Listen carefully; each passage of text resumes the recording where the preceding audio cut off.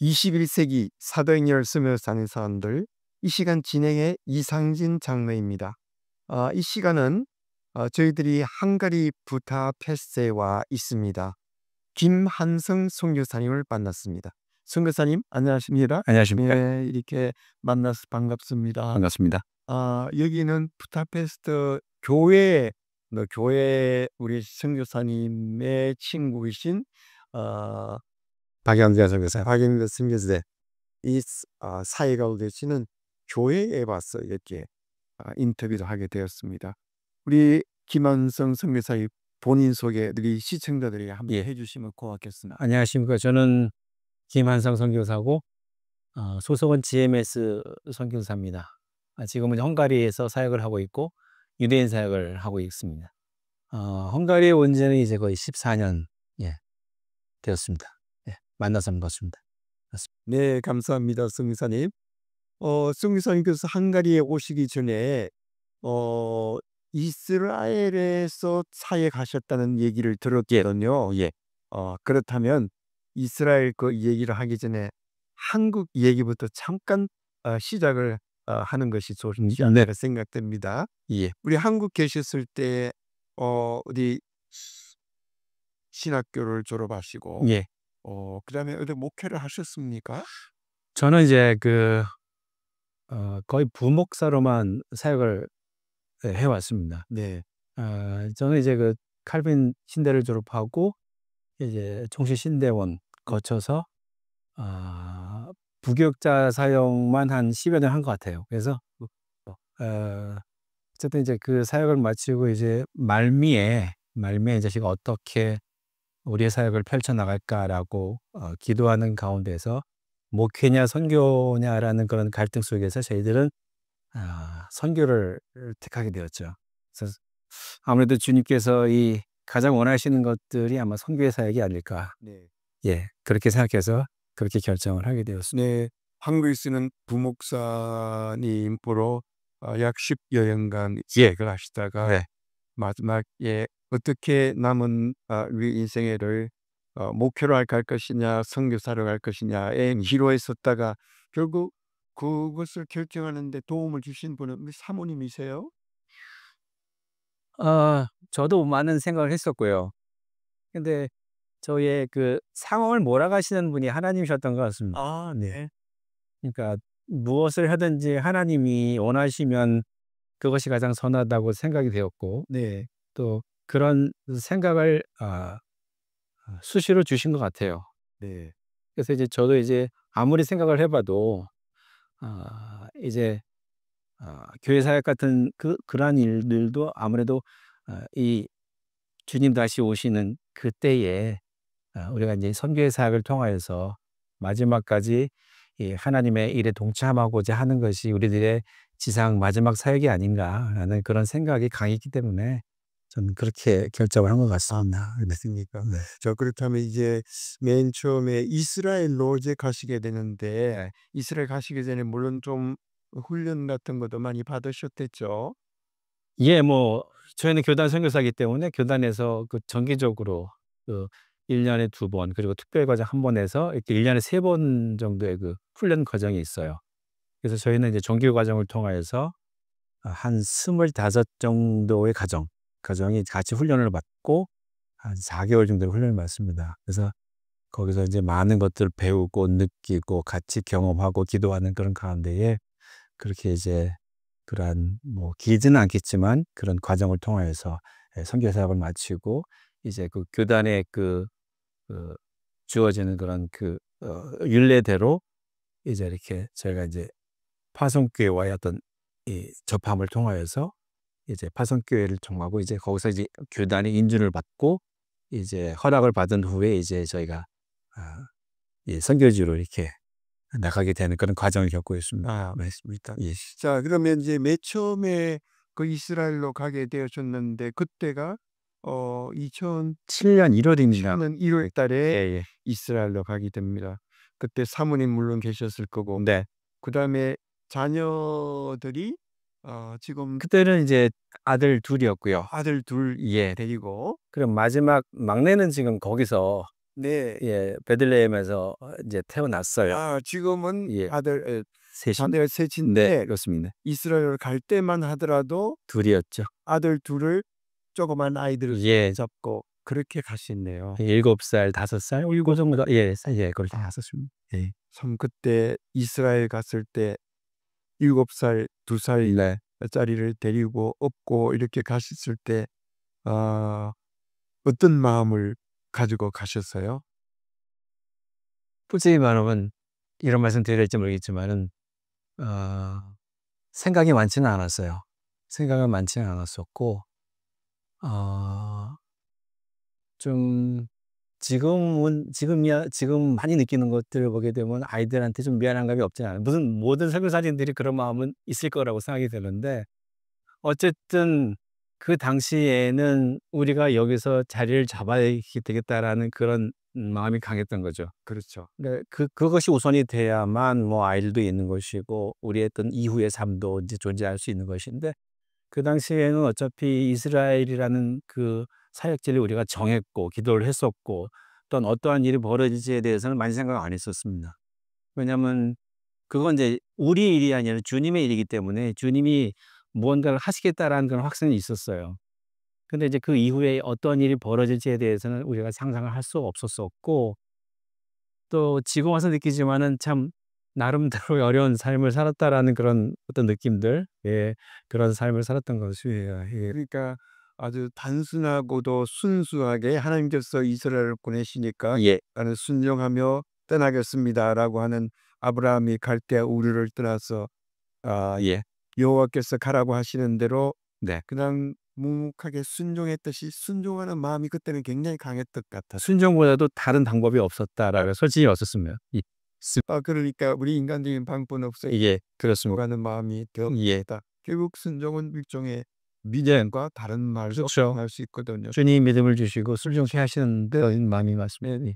자, 이제 이스라엘을 가셔서 애들 5살, 그다음에 아, 7살, 5살. 7살, 5살짜리를 데리고 어떻게 지나셨어요?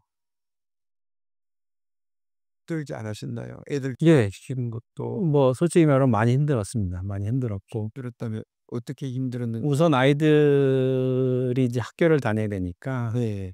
예, 하여튼 뭐 다행히 이제 저희가 살았던 집에 가깝게 저희 학교가 있었어요. 아이들 학교가 있었어요. 그래서 거기 아이들을 이제 근데 이제 아이들이 이제 언어에 대해서 언어가 없으니까 언어를 모르니까 네. 상당히 많은 어려움이 있었고 얼마나 어려웠겠어요. 예. 어, 이제 한국에서 미국에 와서 미국에서 언어가 되지 않는 사람들도 굉장히 고통스러운데 예. 특별히 유대 이스라엘의 언어는 더욱더 힘들잖아요.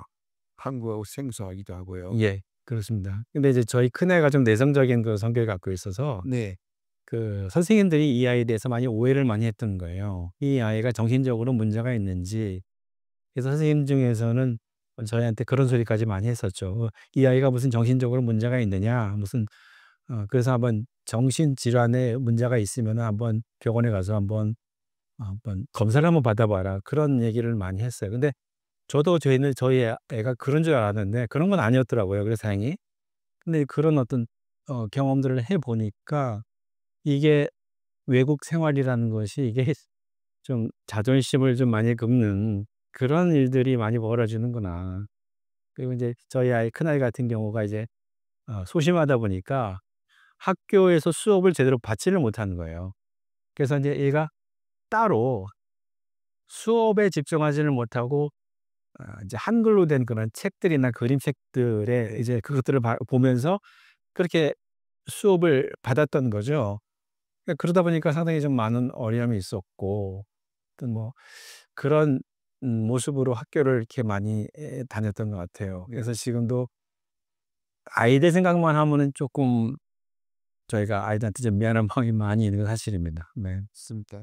하여튼 이 말씀을 들으시는 우리 선교사님들도 아주 굉장히 공감하시는 분들도 많이 계실 거예요. 왜냐하면 아, 우리가 부모님들은 하나님의 콜링을 받아서 선교지로 나가지만 자녀들은 자녀들에게 그러한 똑같은 마음을 부어주시는 경우도 있지만 아주 어린아이들에게는 그렇지 않은 경우가 많고 부모님의 결정에 따라서 애들은 그냥 떠나갈 수밖에 없는 그런 상황이니까 우리가 그 당시 때의 자녀들의 그 상황을 우리가 이해한다면 참 지나고 나면 부모로서 좀 후회스러운 것도 많고 좀 미안한 것도 미안한 게 많죠. 미안한 것도 많겠지만 그런데도 불구하고 그러한 과정을 다 또 잘 이겨 가시니도 또 하나님이시니까 맞습니다. 하나님 말씀에도 아마 지금 확실하게 잘 모르지만 그 아이들 2살, 5살, 7살짜리 애들이 이제 다 성장해서 맞아 부모님들께 큰 효도를 하고 있을는지도 몰라요. 지금 아직까지 듣지는 못했지만. 네. 그렇습니다. 아 그러면 그 과정들을 이기는데 좀 힘들었다 그죠? 그래서 그러면 이스라엘에서 얼마 동안 사역을 하시게 되셨어요? 거의 5년 가까이 사역을 5년 사역하셨고 했습니다. 네. 어 거기서 계속적으로 사역하지 않고 지금은 우리들이 헝가리에 와 있습니다. 그래서 김 선교사님도 헝가리에서 벌써 14년이나 되셨다고 그랬는데 이스라엘에서 헝가리로 가게 된 어떤 동기가 있으시나요? 저희들은 뭐 헝가리에 올 이유도 없었고 저희들은 계속적으로 이제 이스라엘에서 저희 와이프가 매번 얘기하는 뼈를 묻는다라는 그런 마음으로 헝가리보다는 이 이스라엘을 더 사랑했었고 거기에 있기를 원했는데 이 환경이라는 것이 그렇게 우리 뜻대로 되어지는 것들이 아니었고 어쨌든 그것도 하나님이 하신 일이라고 저는 생각을 합니다.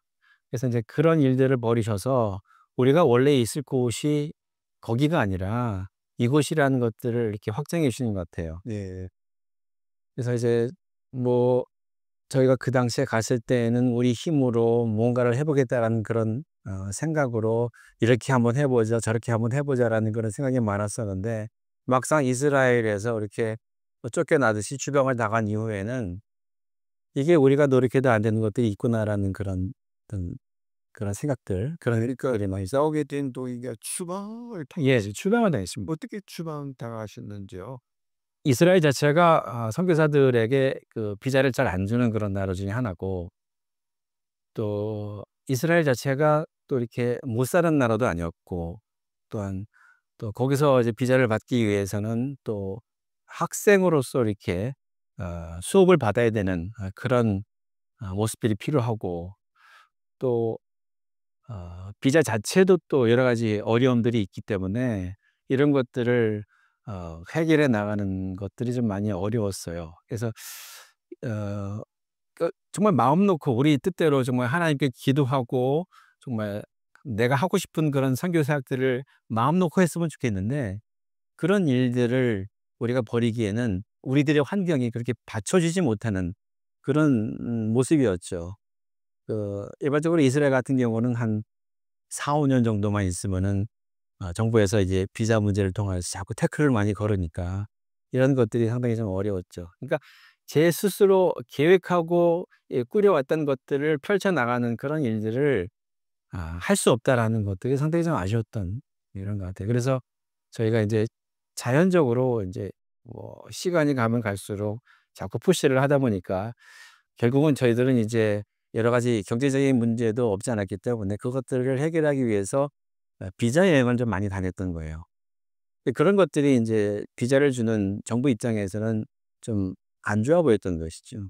그리고 이제 아 여러 가지 인제 그동안에 이스라엘에서 저희가 했던 그런 사역 가운데에서 좀 유심히 인제 그들이 인제 선교사라는 그런 우리들의 모습들을 이미 알고 있기 때문에 유심히 지켜본 그런 면들도 없지 않아요. 그래서 이 사람이 무엇을 하고 있는지 어떤 사역을 하고 있는지에 대해서 웬만큼 다 알아요.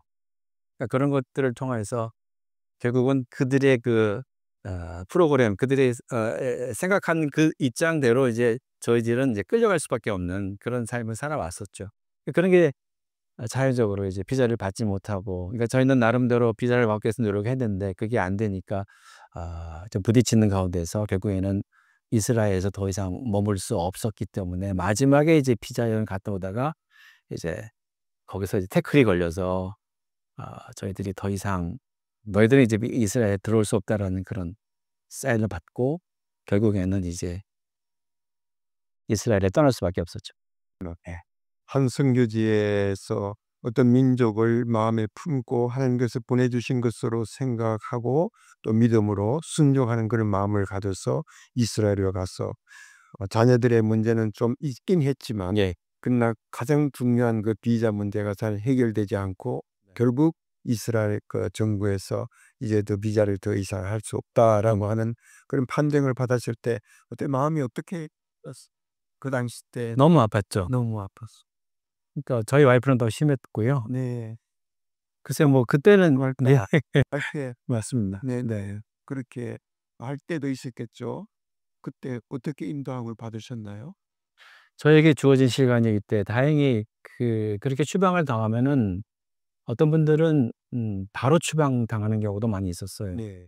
뭐 이렇게 뭐 집에 짐 정리를 할 수 없이 바로 추방당하는 그런 경우가 많은데 저희들이 다행히 한 보름간의 그 시간을 주더라고요. 그래서 그 보름간의 기간 동안에 다 정리를 하고 나가라. 근데 그 기간 동안에 저희가 생각을 많이 하면서 또 이렇게 기도를 많이 했죠. 저희 중보팀 같이 기도하는 그런 분들과 기도를 하면서 '하나님 어디로 가야 되겠습니까?'라는 그런 물음 가운데에서 저희가 이제 그 당시에 한인교회를 2 년간 섬겼었는데 그 설교 담임 목사님께서 저희가 추방되기 한 1년 전에 어떻게 헝가리로 가게 되셨어요.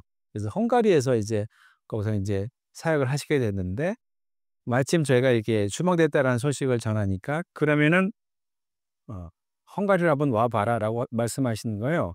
근데 그것은 저희가 전혀 생각하지 못했던 일이죠. 헝가리가 어디 있는지도 몰랐고 헝가리가 어떤 나라인지도 몰랐고 아니 이제 와 보니까 그분 말씀이 "헝가리에도 유대인들이 있다."라는 그런 사실을 많이 느낀 거죠. 그래서 그때 이제 선택의 어떤 여지도 없이 저희는 그 말을 듣고 '아 그렇다면 우리가 유대인이 있는 곳이니까 가자. 유대인이 있으면 우리 사역이니까 거기에도 하나님께서 뭔가를 하실 것이다.'라는 그런 확신 속에서 예 그때 이렇게 결정을 하고 이제 헝가리로 인제 발걸음을 돌리게 됐던 것이 있습니다. 헝가리로 비행기를 타고 예. 또 그때 7살 된 아이는 5년 있었으니까 12 살이 되었을 거고 5 살짜리 예. 이제 10살 정도 이렇게 되었던 두 아이와 또 거기서 아이를 하나 예. 낳는 막내 2살 반 때 2살 반 때 예 그렇게 했습니다. 이제 또다시 새로운 미지의 세계로 가는데 그것이 헝가리였습니다. 예 네. 맞습니다. 헝가리. 자, 헝가리에 처음 오시니까 헝가리 나라는 선교사님 보시는 처음 음 임프레션이 어떤 인상이었나요? 너무 좋았습니다. 좋았습니다. 예. 왜냐하면 좋았어요? 비행기에서 내려다보는 그 환경이 너무 좋았습니다. 아, 네. 매번 이제 이스라엘, 중동 이 나라들 보면은 거의 뭐 모래, 사막, 광야 이런 색깔만 보다가 이제 갑자기 푸르른 그런 나무 색깔들 이런 마치 뭐 녹색 나무 색깔들을 우리가 보게 되니까 너무 좋았어요. 예. 당시에는 저희가 이제 처음부터 이제 사역을 다시 생각을 하고 네. 다시 계획을 해야 할 그럴 시기였고 네. 웬만한 사람들은 이제 한국에서 인제 쉼을 가지면서 이제 다시금은 제 두 번째 텀을 준비하는 가운데 있었는데 하나님은 저에게 그런 시간을 주지 않으신 것 같아요. 네. 저희들은 이제 추방당한 후에 바로 헝가리라는 미지의 나라를 오게 되었고 또한 이곳에서 단지 여기 유대인이 있다라는 그 사실 하나만 가지고 여기에 오게 되었으니까 상당히 좀 뭐 미래를 알 수 없는 그런 상황이었지만 예 한 가지는 분명했던 것 같아요. 여기서도 하나님 일하시고 계신다라는 그 사실 하나 때문에 하여튼 여기 헝가리에 와서는 그런 긍정적인 그런 사고방식을 가지고 노력을 많이 했어요. 물론 그 당시에는 많이 힘들었지만 그래서 이곳에서도 인제 무언가를 할 수 있다라는 그런 어떤 확신들 이런 것들을 많이 받았던 것 같아요. 네. 그러니까 1 차적으로 하나님께서 보내신 그 이스라엘 그 땅은 정말 선교사님으로서는 굉장히 척박한 그런 땅이었습니다. 자녀들 교육도 그러고 또 미지의 예. 불완전한 네. 그 세상 그에 대해 가지고 굉장히 또 두려움과 예민한 속에서 지났다면 예. 추방이라는 것을 통해서 좀 또 다른 미지로 가는 하나의 그 두려움도 있겠지만 예, 맞습니다. 근데 하나의 경험을 통해서 예. 좀 더 단단해진 모습으로 헝가리에 오게 되었습니다. 맞습니다. 자, 헝가리에 오시니까 훨씬 참 좋았다고 그 얘기하셨는데 예. 그 좋은 것이 어 계속 좀 좋아졌습니까? 그렇다면 또 어떤 난관에 부딪히게 되었습니까? 하나님은 어떻게 또 인도하셨는지 궁금합니다. 예. 저희는 기대는 했죠. 네. 하나님이 하실 거라는 건 확신이 있지만 솔직히 속마음은 좀 두려웠어요. '어떻게 이게 이끌어져 갈까? 어떻게 우리를 이끄실까?'라는 그런 마음이 있었고, 하여튼 뭐 저희는 오자마자 순리대로 우리가 했던 것처럼 아이들을 학교 보내는 것들, 이런 것들이 중요하니까 우선 여기에 와서 아이들을 학교를 보내기 시작했는데, 그 학교가 이제 언어 문제 때문에 저희는 처음에 여기 그 유대인 학교를 찾았어요. 네. 유대인 학교를 찾았고, 그 유대인 학교에서 이제 다행히 저희들을 받아주셔서 그 학교에 이제 아이들을 보낼 수 있었는데, 뭐 저희 형편상 그 뭐 사립이라든지 뭐 다른 부류의 어떤 학교보다는 그냥 공립 학교를 택해서 그렇게 학교를 보내게 되었는데, 감사하게도 그 공립 학교가 저희 아이들을 받아줬어요. 그래서 이제 저희 아이들이 언어 문제 때문에 이 뭐라고 하나요? 유급은 아니지만 아이들이 이제 그 학년을 낮춰서 네. 1 년, 2년 학년을 낮춰서 이제 아이들이 학교를 다녔고요. 네, 그렇게 해서 이제 아이들이 학교를 다니게 되었는데, 그때 성격이 너무 좋더라고요. 처음에는 이제 '아이들이 학교를 잘 다닐 수 있을까? 우리를 받아줄 수 있는 그런 학교가 있을까?'라고 생각을 했었는데, 다행히 학교에서 애들을 받아주셨어요. 그래서 이제 그 학교에서 한 2-3년 정도 아이들이 그 학교를 다니기 시작했었죠. 이제 정말 신기하게도 저희의 사역이 그 아이들의 학교와 연관이 있었던 거예요. 아이들 학교가 이제 됨으로 말미암아 그 학교에서 또 이제 아 그 유대인 사역을 하시는 그런 어떤 한 자매를 만나게 되었고, 그 유대인 자매를 통하여서 지금 저희도 같이 사역을 같이 하는 건 자매가 되었는데, 그 학교에서 아이들이 그 당시에 저희 큰아이가 그 학교에서 문제가 발생했었어요. 학교에서 그 아이들과의 관계가 별로 안 좋았기 때문에 그 학교에서 애들이 구타를 당한 거는 이제 벌어졌던 거예요. 그래서 그 첫아이가 그 원인도 모르는 그런 상태에서 그 아이들에게 험한 소리, 그리고 험한 그런 아이 몸싸움 가운데서 그 정말 좀 감당할 수 없는 그런 상처를 받게 되는 거죠. 그래서 그 상처를 통하여서 그 아이는 정말 너무나도 힘든 그런 삶을 겪었지만, 반면에 그 아이를 통해서 그 선생님이라든지 그 주변에 있는 그런 유대인들을 통하여서 저희들에게 이게 뭐랄까 화해의 손짓 이런 것들을 주시게 된 거죠. 그래서 그런 사건을 통하여서 우리가 사역을 할 수 있는 어떤 길을 하나님이 열어 주시더라고요. 지금도 너무나 신기하고 감사한 게 뭐냐면은 어떻게 이런 일이 벌어졌을까? 우리가 처음부터 여기 헝가리에 와서 다시 사역을 리부팅해야 되는 그런 상황인데, 무언가를 해야 되겠다는 그런 사실은 있고, 정작 뭐를 해야 될지 모르는 그런 상황 속에서 어려움을 겪고 있었는데, 또 갑자기 아이가 학교에서 맞아 가지고 울면서 이렇게 돌아오는 이 사건을 바라보면서 '하나님 이게 뭡니까?'라고 불평도 하고 어려움을 호소했었는데, 어떻게 이 사건을 통하여서 그 섬기는 유대인들이 우리에게 손을 내밀고 "미안합니다."라고 말을 하고, 또한 더 나아가서 그 유대인들의 어떤 그 마음을 우리가 얻게 되어지는 그런 정말 이상하고도 정말 감사한 그런 사건들을 경험하게 되는 거예요. 그렇습니까? 예. 그러니까 아드님이 학교에서 그 여러 단체 다른 사람들에게 소위 어 뭐라 그럽니까? 음 왕따를 당 그렇죠. 왕따를 당한 거죠. 왕따를 당했다는 그 말을 들었는 그 부모님으로서 얼마나 마음이 아프세요.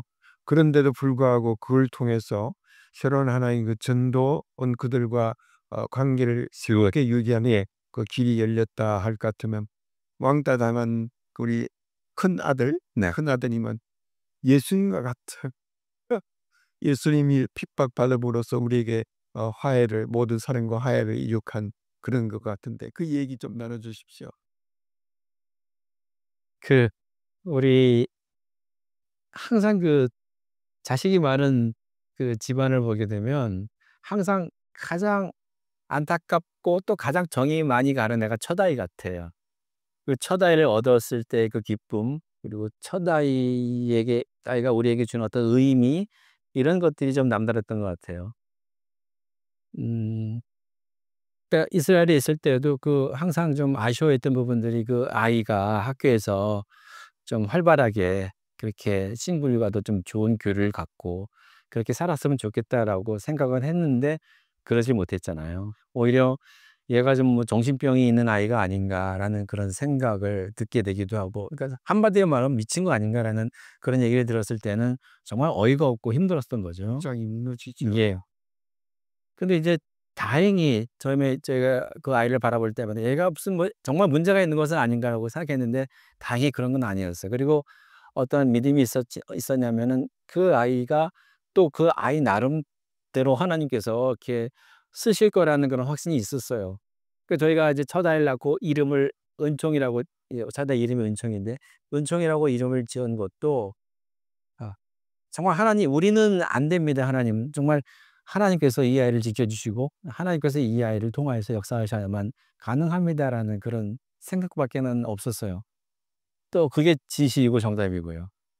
근데 그 아이가 갑자기 학교에서 그런 어처구니 없는 일을 당하니까 참, 한편으로는, 그래서 저는 항상 그렇거든요. 하나님이 무언가를 말씀하실 때는 항상 한 가지가 아니라 두 가지 의미를 가지고 있다라는 그런 생각을 갖고 있어요.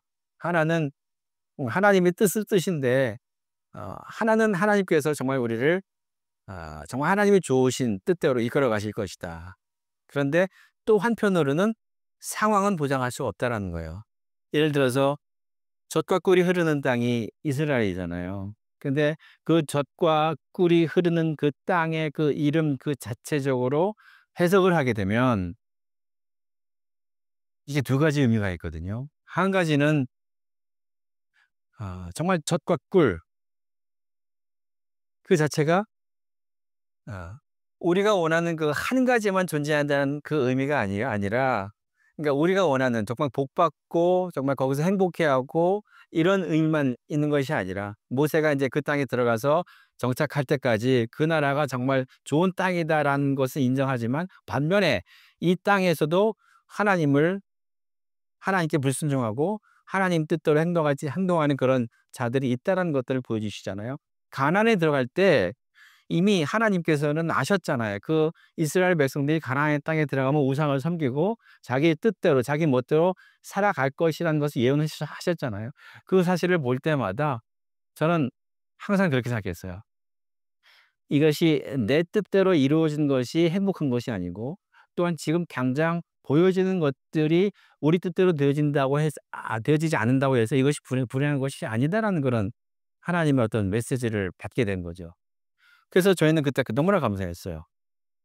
그 하나님의 일이 사람을 즐겁게 하는 것이 아니라 정말 우리가 하나님을 사모하고 하나님 뜻대로 나아갈 수 있는 그런 자신감이 넘친다면은 하나님이 무슨 일을 벌이실지라도 그것은 선한 것입니다라는 것들을 고백하게 만드셨어요.